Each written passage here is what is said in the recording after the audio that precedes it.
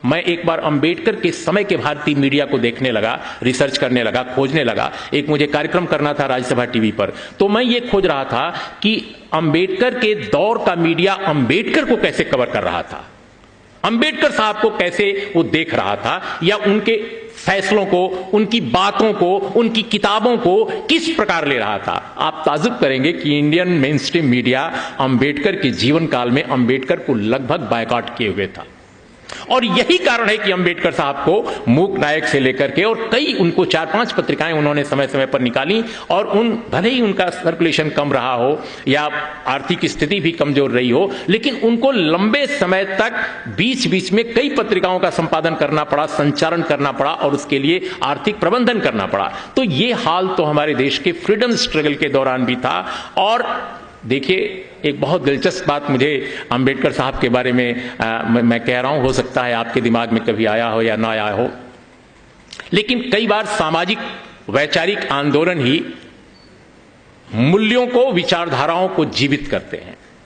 इसका एक उदाहरण है, सबसे बड़ा उदाहरण इसके मुझे भारत की राजनीति में, भारत के समाज में, भारत के बौद्धिक जीवन में अंबेडकर नजर आते हैं। जब मैं पढ़ता था यूनिवर्सिटी में, मैं इलाहाबाद यूनिवर्सिटी में पढ़ता था, उन दिनों की बात है 74 के बाद, तो हम लोग 76 में गए थे, 76, 77, 78 के दौर में। तो इलाहाबाद के जो लोग होंगे जानते होंगे कि इलाहाबाद यूनिवर्सिटी में एक रोड है जिसका नाम है यूनिवर्सिटी रोड, विश्वविद्यालय मार्ग। विश्वविद्यालय मार्ग पर जब हम लोग जाते थे तो उन दिनों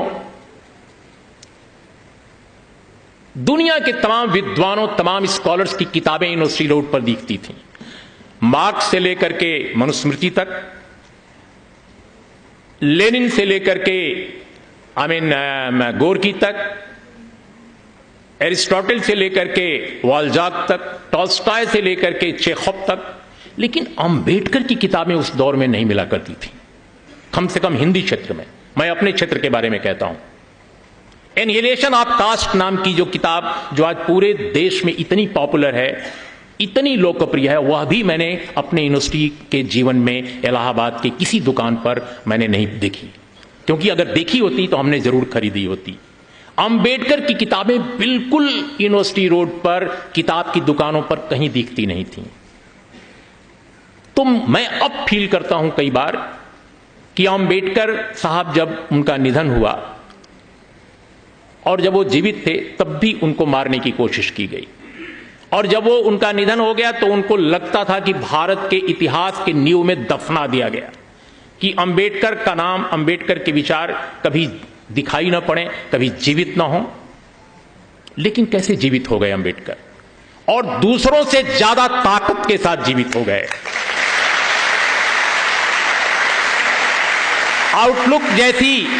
आउटलुक जैसी बाजार की पत्रिका को भी, जो एक बड़े पूंजीपति घराने से निकलती है, जब उसने भी सर्वे कराया तो पाया कि अंबेडकर देश के सबसे बड़े दार्शनिक विचारक के रूप में सबसे अधिक पॉपुलर हैं। वो कैसे हो गए, वो किस तरह हुए? तो मैं एक स्टूडेंट के तौर पे भारतीय इतिहास के, भारतीय राजनीति के एक इतिहासकार, एक छात्र के रूप में जब देखता हूं, तो मुझे लगता है कि जो यूनिवर्सिटी रोड पर मुझे अंबेडकर की किताबें नहीं मिला करती थीं, खासकर नॉर्थ इंडिया में, महाराष्ट्र में मिला करती थीं, क्योंकि वहां आंदोलन था, वहां विचार के लोग थे। लेकिन कांशीराम नाम का आदमी अगर इस धरती पर नहीं आया होता,